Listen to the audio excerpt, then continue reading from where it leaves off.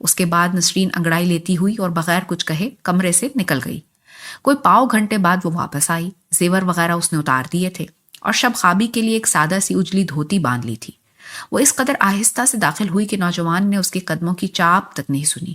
وہ چاندنی پر پیٹ کے بل لیٹا ہوا تھا۔ اس کی عمر 24-25 برس سے کم نہ ہوگی، مگر اس وقت برقی لیمپ کی مدھم نیلی روشنی میں وہ اپنی چھوٹی چھوٹی سیاہ مونچھوں، گھنے ابروؤں اور چمکتی ہوئی آنکھوں کے ساتھ کالج کی کسی ابتدائی جماعت کا طالب علم معلوم ہوتا تھا۔ اس کے سامنے چاندنی پر مٹر کے دانے کے برابر ایک سیاہ پتنگا چت پڑا تھا جو شاید برقی کمکمے سے ٹکرا کر نیچے آ رہا تھا۔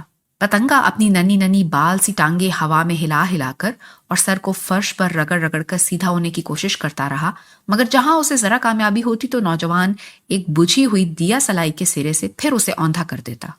جب نسرین بالکل اس کے سر پر آ کھڑی ہوئی تو وہ چونک پڑا۔ اوہ، آپ ہیں؟ اور اس نے کچھ شرمندہ سا ہو کر پتنگے کو دیا سلائی سے پرے اچھال دیا۔ بیگم صاحب کے مرنے کا رنج تو بہت ہوا ہوگا آپ کو؟ یہ سوال کر کے وہ خود حیران رہ گئی۔ نوجوان نے لمحہ بھر تأمل کیا اور پھر سنجیدہ لہجے میں کہنا شروع کیا، نہیں، شروع میں کچھ ایسا غم نہیں ہوا تھا، یقین ہی نہیں آتا تھا کہ ایسا ہو گیا ہے، مگر میں زیادہ دن اس فریب میں نہ رہ سکا۔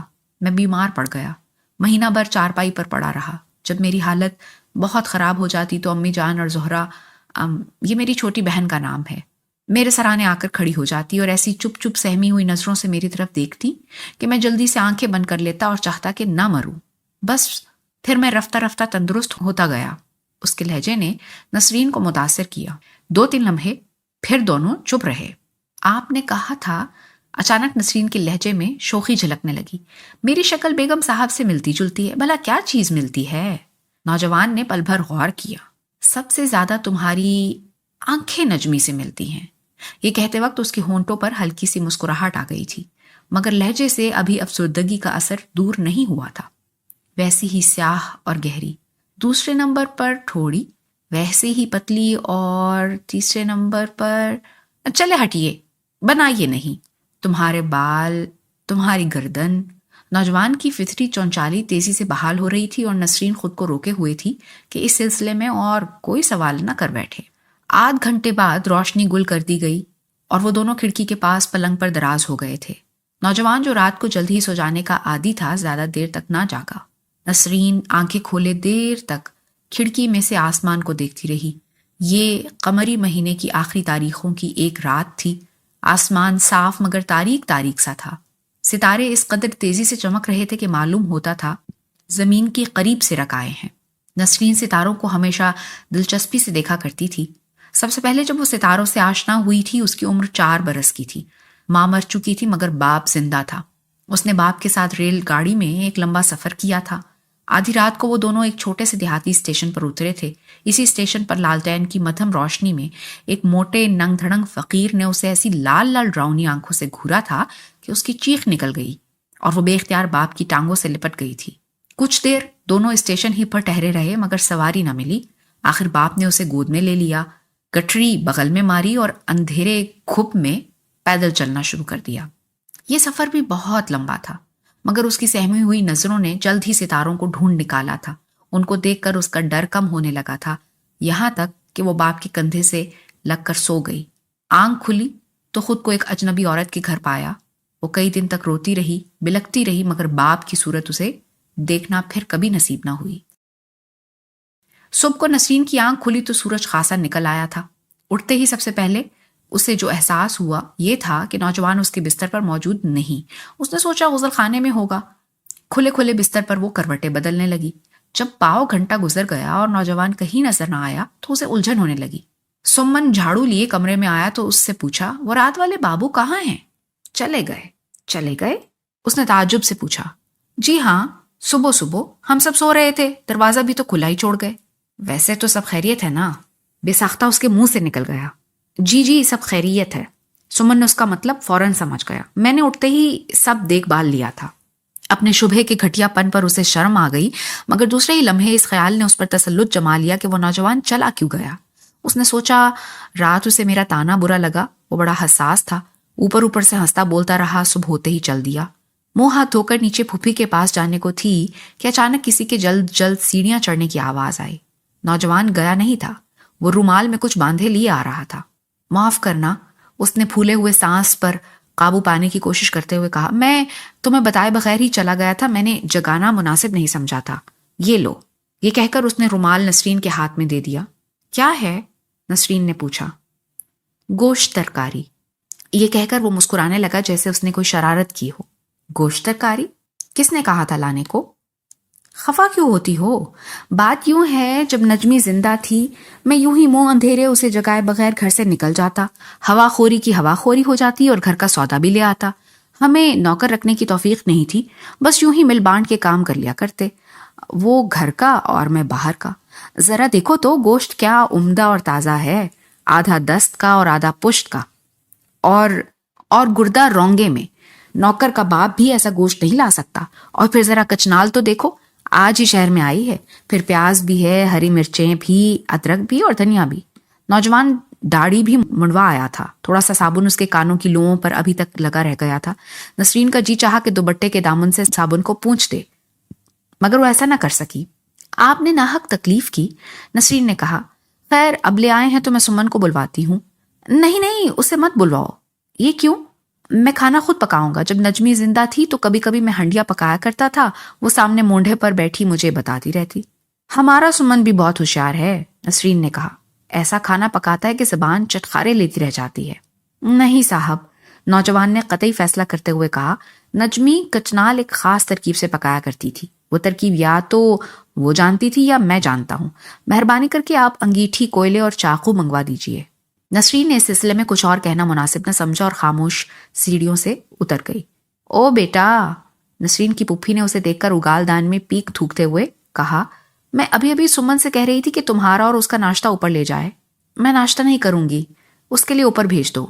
تم چپ کیوں ہو؟ نہیں تو، شکل سے تو بڑا کم زبان معلوم ہوتا ہے۔ نسرین نے کچھ جواب نہ دیا۔ کیا کر رہا ہے اس وقت؟ پھوپھی نے پوچھا۔ ہنڈیا کا سودا خرید کر لایا ہے، خود ہی پکانے بیٹھا ہے۔ نسرین کی پھوپھی کھلکھلا کر ہنس پڑی۔ سچ؟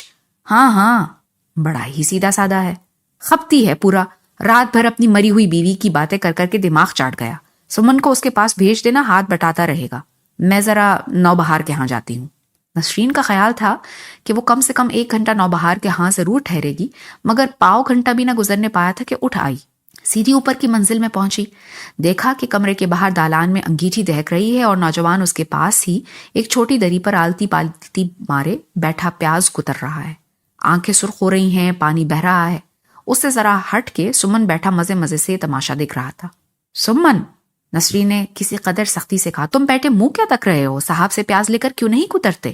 میں تو کئی دفعہ عرض کر چکا ہوں، سمن نے منہ بنا کر کہا، پر صاحب مانتے ہی نہیں، مجھ سے آگ جلانے کو کہا، میں نے آگ جلا دی۔ اچھا تم نیچے جاؤ۔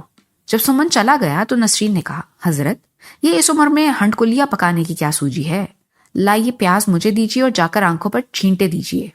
اور اس نے ہاتھ بڑھا کر نوجوان کی گود سے پیاز کی رکابی خود ہی اٹھا لی۔ نوجوان نے مزاحمت نہ کی۔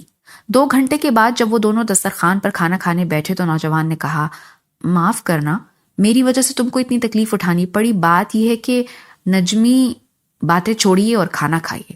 واہ کیا مزے کا کھانا پکایا ہے، نوجوان نے پہلا نوالا منہ میں رکھتے ہوئے کہا۔ نجمی کے ہاتھ کا مزہ یاد آ گیا۔ چلیے زیادہ نہ بنائیے، چپاتیاں تو دیکھیں کیسی ٹیڑھی بینکی ہیں۔ چپاتیاں نجمی کو بھی پکانی نہیں آتی تھی اور میں زیادہ تر تنور ہی سے روٹیاں لگوا لایا کرتا تھا۔ مجھے تنور کی روٹی زہر لگتی ہے۔ کبھی کبھی ہم کوئی سستا سا خانسامہ بھی رکھ لیا کرتے، مگر وہ 15-20 روز سے زیادہ نہ ٹکتا۔ پہلے چپکے کسی اچھے گھر کی ٹوہ میں رہتا اور پھر کھسک جاتا۔ کھانے سے فارغ ہو کر دونوں کمرے میں فرش پر آ بیٹھے۔ آپ نے کہا تھا، نسرین نے کہا، آج کل آپ کسی دوست کے ہاں رہتے ہیں؟ ہاں، نجمی کے مرنے کے بعد میں نے امی جان اور زہرا کو تو گاؤں بھیج دیا تھا اور خود ایک دوست کے ہاں اٹھایا۔ یہ دوست بھی میری طرح اکیلا ہی ہے۔ ہم دونوں مکان کے کرائے، کھانے پینے کا خرچ اور نوکر کی تنخواہ میں ساجھی ہیں۔ اور آدھی تنخواہ آپ امی جان کو بھیج دیتے ہیں؟ ہاں، مگر وہ ہمیشہ کسی نہ کسی بہانے کچھ نہ کچھ لوٹاتی ہی رہتی ہیں، کبھی گرم پتلون سلوانے کے لیے، کبھی نیا بوٹ خریدنے کے لیے۔ نسرین نے محسوس کیا کہ اس کی ماں اسے بہت چاہتی ہوگی۔ اپنی ہمشیرہ کی کیا عمر بتائی تھی آپ نے؟ 10 برس۔ بڑی پیاری بچی ہے، اسکول جاتی ہے؟ نہیں، گھر میں مولوی صاحب سے پڑھتی ہے، سینہ پرونا اسے دادی سکھاتی ہے، اس نے ایک بکری پالی ہے، دودھ سی سفید، ایک بھی کالا بال نہیں ہے، زہرا ہی اس کی دیکھ بھال کرتی ہے، کھیت سے بونڈ توڑ لاتی ہے، اپنے ہاتھ سے کھلاتی ہے، ہمارے گاؤں کے پاس ہی چھوٹی سی ندی بہتی ہے، وہ اسے وہاں پانی پلانے لے جاتی ہے۔ ایک دن کیا ہوا کہ وہ بکری پانی پی رہی تھی کہ ایک بڑا سا کتا آیا، وہ جو زور سے بھونکا تو بکری ڈر کر ندی میں گر پڑی، پانی کا بہاؤ تیز تھا، وہ اس کے ساتھ بہہ چلی، اس پر زہرا نے چیخ چیخ کر برا حال کر لیا۔ اتفاق سے ایک کسان ادھر سے گزرا، شور سن کر دوڑا آیا، بڑی مشکل سے بکری کو نکالا، تب زہرا کی جان میں جان آئی۔ نسرین یہ سادہ سا بے رنگ واقعہ بڑی دلچسپی سے سنتی رہی۔ اب نوجوان پر کچھ غنود کی طاری ہو رہی تھی، وہ گاؤں تکیے کے سہارے لیٹ گیا، رفتہ رفتہ اس کی آنکھیں بند ہو گئی اور وہ سو گیا۔ نسرین اٹھی، الماری کے خانے سے سفید ململ کا دوپٹہ اور گوٹا اٹھا لائی اور نوجوان کے قریب ہی فرش پر بیٹھ دوپٹے میں گوٹا ٹانکنے لگی، مگر تھوڑی ہی دیر میں اس کا جی اکتا گیا اور وہ بھی پلنگ پر جا کر لیٹ گئی۔ تیسرے پہر ایک رکشہ منگوایا گیا اور وہ دونوں بازار جانے کی تیاری کرنے لگے۔ نوجوان نے خواہش ظاہر کی کہ وہ اسے کوئی تحفہ خرید کر دینا چاہتا ہے۔ اس نے بغیر کسی شرم و حجاب کے صاف صاف کہہ دیا تھا کہ نسرین 20 روپے تک کی جو چیز چاہے خرید سکتی ہے، اس سے زیادہ کی اسے توفیق نہیں۔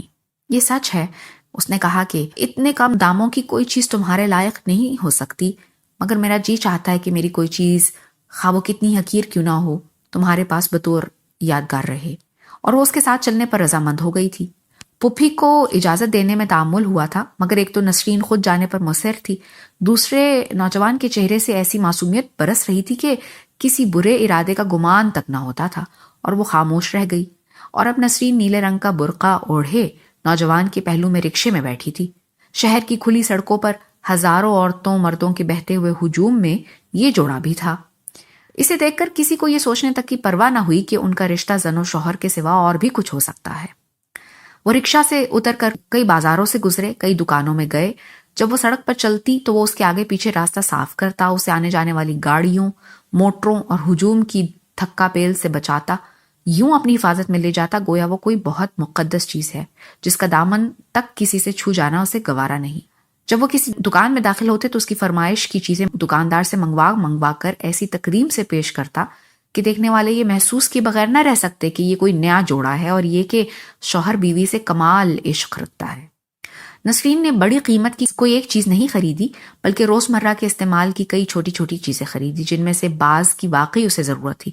مثلاً ایک تو چٹلا خریدا، ایک ریشمی ازار بند، کچھ چھوٹی بڑی سوئیاں، 2-3 مختلف رنگوں کے تاگے کی ریلیں، کچھ کروشیا کی سلائیاں، ایک فریم، 2-3 مختلف غازے، اور بس ان سب چیزوں پر 20 روپے سے کچھ کم ہی خرچ ہوئے۔ ہر ایک چیز خریدنے کے بعد وہ بڑی ادا کے ساتھ پوچھتی، باقی کیا بچا؟ واپسی پر نوجوان اسے ایک ریستوران میں لے گیا اور ٹھنڈی اور گرم کئی قسم کی چیزیں منگوائیں، اور نسرین کو اپنی مرضی کے خلاف کئی چیزیں کھانا پڑیں۔ اور جس وقت وہ گھر پہنچے اچھا خاصا اندھیرا پھیل چکا تھا۔ نسرین کی پھپھی بڑے اضطراب سے اس کی راہ دیکھ رہی تھی۔ جب وہ صحیح سلامت گھر پہنچ گئے تو اس کی جان میں جان آئی۔ سمن سے کہہ دیا گیا تھا کہ وہ کھانا نہیں کھائیں گے، چنانچہ شام سے اوپر کی سیڑھیوں کا دروازہ بند کر دیا گیا تھا۔ نسرین نے پچھلی رات کی طرح پھر کمرے کی ہلکی نیلی روشنی میں کنگھی کرنا شروع کی۔ نوجوان پھر اس کے پاس ہی چاندنی پر لیٹ گیا۔ کچھ دیر دونوں خاموش رہے، پھر نوجوان نے کہا، نسرین، میں نے تمہیں نجمی کی بہت سی باتیں بتائیں، مگر ایک بات نہیں بتائی۔ نوجوان نے یہ بات ایسے گمبھیر لہجے میں کہی تھی کہ نسرین بے ساختہ کہہ اٹھی، وہ کیا؟ نوجوان کچھ لمحے خاموش رہا اور پھر بولا، وہ یہ کہ وہ با وفا نہیں تھی۔ کیا مطلب؟ نسرین نے اور بھی متعجب ہو کر پوچھا۔ مطلب یہ کہ وہ کسی اور کو چاہتی تھی۔ جھوٹ ہے۔ نہیں، میں سچ کہہ رہا ہوں۔ اس کا کوئی ثبوت بھی تھا؟ مجھے ثبوت مل گیا تھا۔ وہ کیا؟